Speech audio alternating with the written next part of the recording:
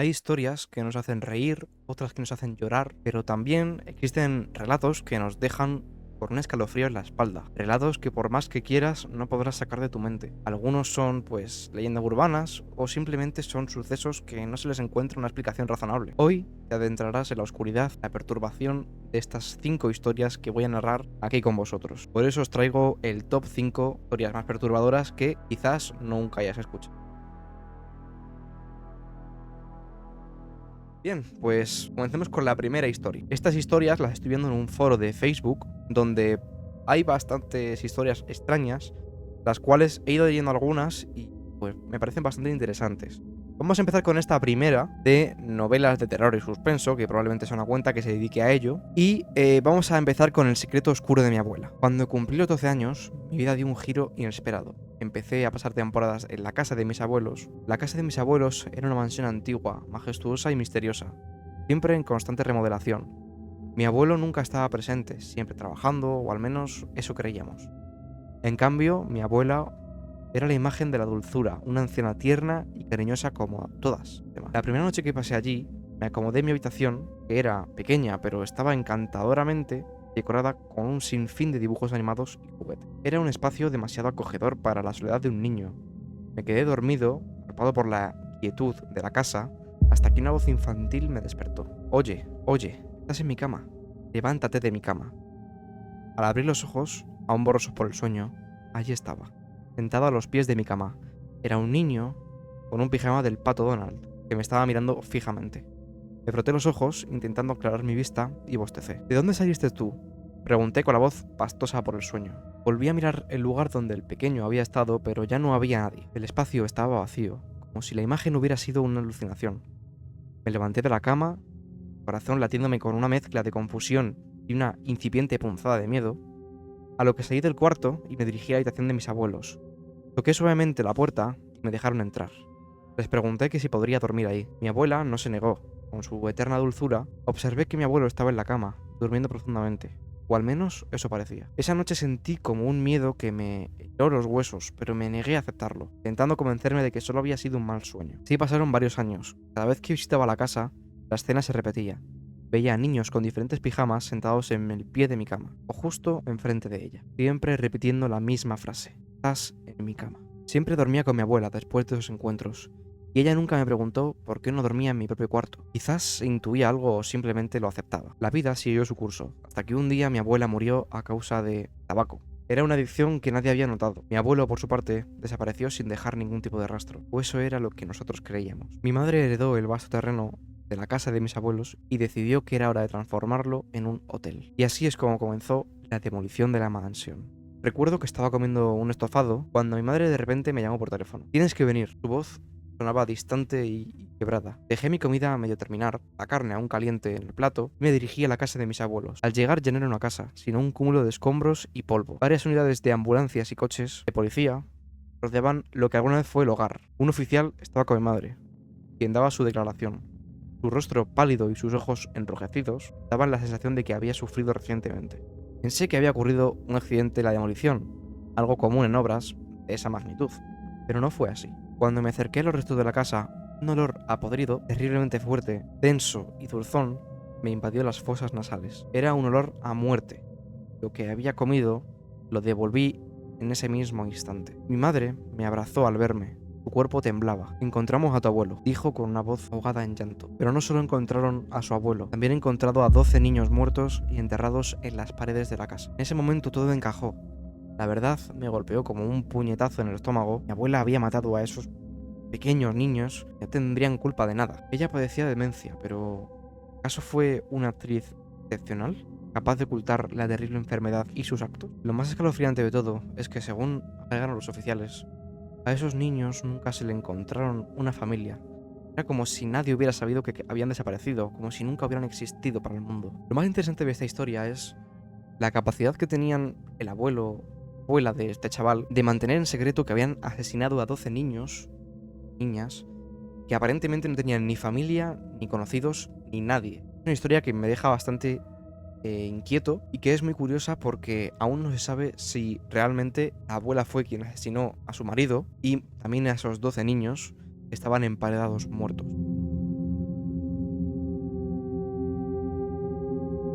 Bueno, de aquí pasamos a la siguiente historia, que es el eco silencioso de la biblioteca. Sofía era una presencia inusual en el viejo centro cultural del barrio. Siempre sentada en el rincón más polvoriento de la biblioteca, rodeada de libros antiguos. La gente decía que no era normal, que vivía entre historias olvidadas y personajes de papel. Nadie sabía cómo se mantenía o si alguna vez salía de ella. Pero Sofía no siempre fue así. Hubo un tiempo en el que su vida era vibrante y llena de promesas. Sus padres le daban todo lo que quería, y su infancia estuvo repleta de risas y calidez, de un hogar que era agradable. Su padre era reconocido como un archivista, un guardián de la memoria y el conocimiento en una prestigiosa universidad. Un día le fue asignado el delicado trabajo de clasificar y digitalizar una colección de manuscritos raros y prohibidos, que se rumoreaba que guardaban secretos inconfesables. Esa noche, después de horas de arduo trabajo, la curiosidad de su padre lo llevó a desentrañar uno de los textos más antiguos que había visto. Lo que sucedió después fue una tragedia siliente. Una rara enfermedad, nacida de antiguos hongos y esporas microscópicas adheridas a los pergaminos, comenzó a consumir lentamente la salud de su padre. La universidad, para evitar el escándalo y proteger su reputación, lo despidió y ocultó la verdad sobre la fuente de su mal. El padre de Sofía, abandonado y con una salud deteriorándose rápidamente, cayó en una profunda depresión y se quitó la vida antes de que la enfermedad pudiera hacerlo. A los 12 años, Sofía, ya con la carga del dolor y la verdad a medias, decidió visitar al director del archivo de la universidad. Fue la primera vez que sintió el peso de la injusticia ajena, una injusticia disfrazada de burocracia. Se arrodilló frente a ella, una mujer imponente y de rostro frío, y le imploró que reconociera lo sucedido con su padre. Pero la directora, aferrada al prestigio de la institución, no pudo aceptar la culpa. Aún así, Sofía volvió todos los días de la universidad, pidiendo humildemente que el nombre de su padre fuera limpiado y su legado restaurado. Finalmente, la directora, harta de persistencia, le dio una condición: si logras catalogar y restaurar la colección completa de manuscritos prohibidos, aquellos que tu padre intentó salvar, y logras que el conocimiento que encierran sea seguro para todos, entonces, y solo entonces, consideraré que su memoria, y le daré su debido lugar entre nuestros registros. Han pasado 10 años, y Sofía sigue cumpliendo su promesa, sin falta. Cada día se sumerge en el silencio de la biblioteca, descifrando cada misterio, y todo para que su padre pueda ser perdonado y reconocido. Reconocido por un conocimiento que, sin saberlo, lo condenó a la muerte. Esta historia es bastante impactante porque podemos ver como una persona que tenía la vida totalmente arreglada, como es el padre de esta chica, por una tontería murió. Básicamente fue porque, pues como hemos visto en la historia, bueno, no sé si lo sabéis, pero hay algunas reliquias antiguas que dicen que están maldecidas. Es decir, que creen que si tú las tocas o las manipulas, te puede caer una maldición y pues puedes morir o lo que te vaya a pasar. Estas maldiciones, por ejemplo, se han dado mucho en Egipto, donde cuando asaltaban, bueno, o robaban, mejor dicho, las pirámides y tal, cuando llegaban donde el faraón estaba guardado y robaban todas sus pertenencias, la gente decía que aquellas personas que habían robado pues podrían tener alguna secuela, rollo, alguna maldición. Cosa que yo nunca he visto, ni tampoco me ha dado por ver, aunque me encanta el tema de Egipto, pero probablemente en algún vídeo lo veamos porque es muy interesante. Y básicamente lo que pasó en esta historia no es que haya una maldición, sino que como fue tan antiguo el pergamino, lo que estaba cogiendo en ese momento, que era probablemente un libro muy antiguo, en ese entonces los hongos y las enfermedades como las conocemos como tal, pues no eran iguales que estas. Por lo tanto, probablemente si han tenido un hábitat en el que puedan sobrevivir, han sobrevivido justo con la pena de que ha aparecido ese señor y bueno, pues ha sucedido lo que tiene.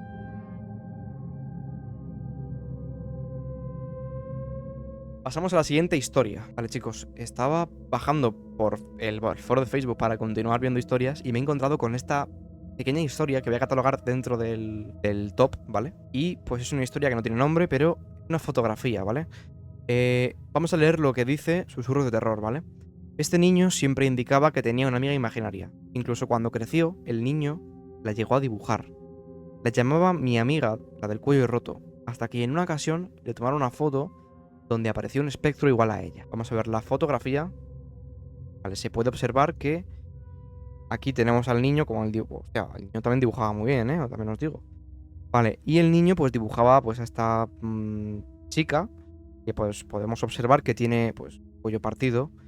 Pero lo más espeluznante es que en esta foto que tomaron varios años después, se puede observar como el niño está aquí tranquilamente, pero detrás de él hay un espectro de una niña idéntica a la del dibujo que hemos visto anteriormente. Probablemente este chico era un niño normal, que no sé si es Vale, yo voy a decir una cosa, que es que en Latinoamérica hay muchos casos como estos y acojonan bastante. Probablemente este niño pues es de Latinoamérica, no sé qué parte será, pero yo vi hace mucho tiempo una historia parecida a esta, en la que había un niño, que probablemente, a lo mejor esta historia de hecho, había un niño que era un bebé, bueno pues iba creciendo tal, y tenía un amigo imaginario.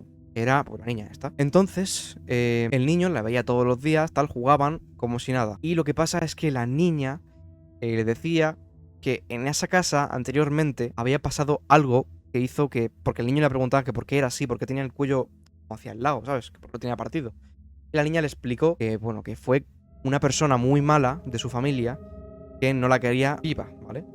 Para decirlo de alguna forma que no sea tan fuerte. Y entonces el niño, pues se lo contó a su madre y obviamente pues la madre no se lo creyó porque pensó que es un niño pequeño, bueno, pues está jugando.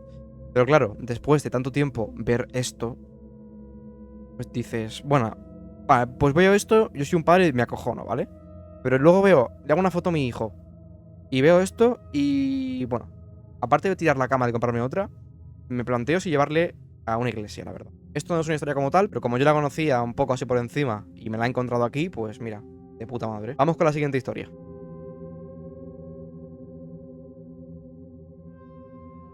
Ahora, en vez de leer una historia y explicarlas, vamos a hablar directamente con una chica.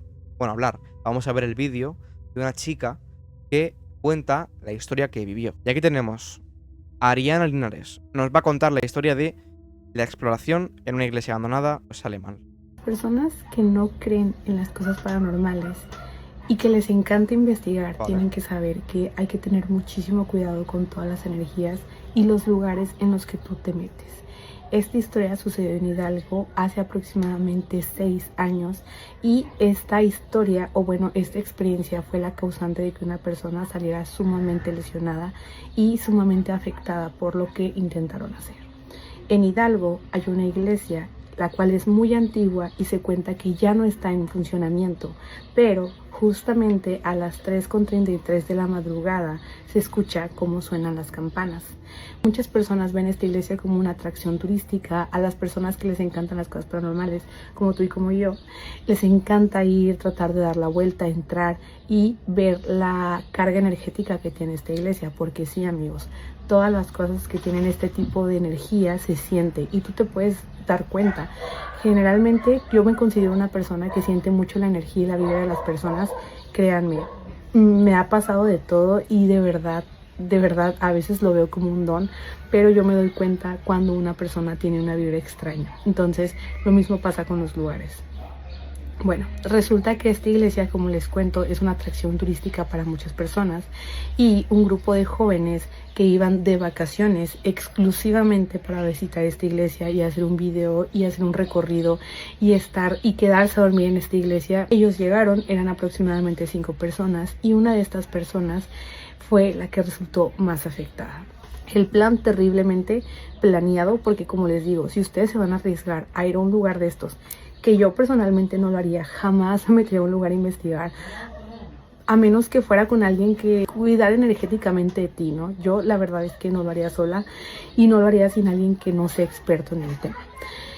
Entonces estos chicos pues iban simplemente ellos, no llevaban ninguna protección y se adentraron en esta iglesia. Ellos entraron, se quedaron a dormir ahí y lo que vieron para uno de ellos fue lo peor que le pudo pasar en su vida. Ellos se dieron cuenta, vieron que dentro de esa habitación había un tipo monje pero sin rostro. Cuando los monjes se percataron que ellos los estaban observando, simplemente los vieron y empezaron a carcajearse, pero de una forma muy macabra. Uno de los chicos se desmayó y cuando despertó jamás volvió a ser el mismo. ¿Cómo salieron de ese lugar? Obviamente salieron corriendo por la salida que ellos recordaban y cuando se dieron cuenta las campanas dejaron de sonar y jamás volvieron a parar en esta iglesia. Después de este susto el chico perdió el habla y desde ese entonces ha estado en terapias para poder recuperarse. Las personas cuentan que lo que él vivió fue la consecuencia de haber entrado a un lugar que no conoces. Así que por eso les digo, tengan mucho cuidado. Haber sido simplemente el susto, pero pues realmente no hay ninguna necesidad de exponerse a estos riesgos. Además de que pues no nada más estamos hablando de cosas paranormales. Hay muchos exploradores que se encuentran con cosas pues fuertes, delincuencia, que salen huyendo literal. Así que tengan mucho cuidado, no vayan a cerros, no vayan a lugares que los pongan en riesgo.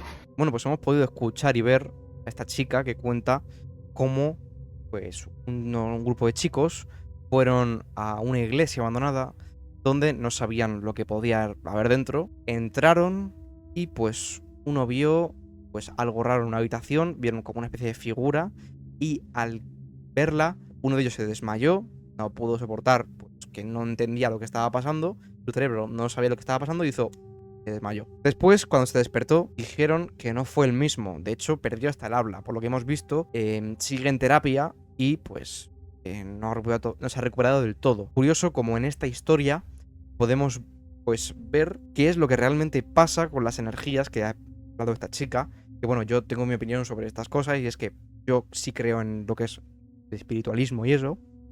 En que no estamos solos tampoco creo. Que los extraterrestres creo mucho en estas cosas porque a mí me han pasado cosas paranormales que explicaré a lo mejor en algún vídeo futuro o no, porque es mi vida y pues lo voy a explicar así por la cara. Y bueno, que yo me creo estas cosas y pues entiendo lo que puede pasar cuando algo no lo entiendes, pues te impacta por lo que le pasó a este chico que no lo entendió, su cerebro no lo entendió, no buscó lógica y no la encontró y pues se desmayó. Una tragedia, pero bueno, al menos no ha muerto, que es lo único bueno que podemos sacar de la historia. Así que vamos con la última historia de este top 5.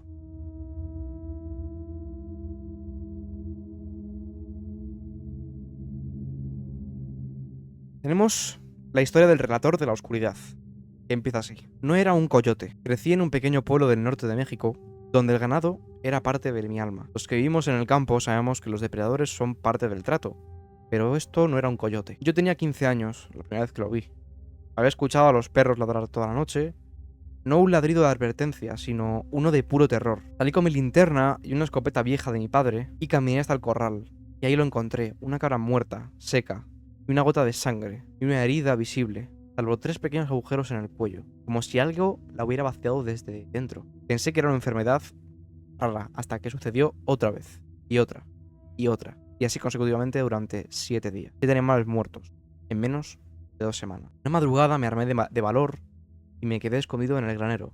A eso de las 3 lo escuché, un chillido largo, áspero, que no parecía venir de la garganta de alguna vaca. Y luego pasos, pero no eran pasos normales, sonaban como garras arrastrándose en la tierra. Y entonces lo vi, una figura encorvada y delgada como un esqueleto, con la piel grisácea pegada al hueso. Ojos rojos, pero no como brasas, eran como 2 heridas abiertas. Caminaba en 4 patas, pero con movimientos extraños, casi humanos. Se acercó a una cabra, y no la mordió, simplemente le puso la garra sobre el lomo, y la cabra empezó a colapsar. El bicho abrió su mandíbula y aspiró, como si succionara el arma. La cabra no chilló, solo murió en el acto. Entonces giró la cabeza y me miró. Me miró y me habló, pero sin abrir la boca.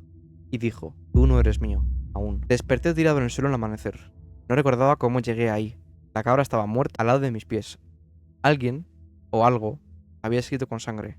No interrumpas el alimento. Desde entonces el pueblo calla. Nadie habla de los animales muertos y nadie sale después de medianoche. El cura se fue sin despedirse y mi padre, él nunca volvió del cerro. Yo sé que sigue ahí, no es un mito, no es una leyenda.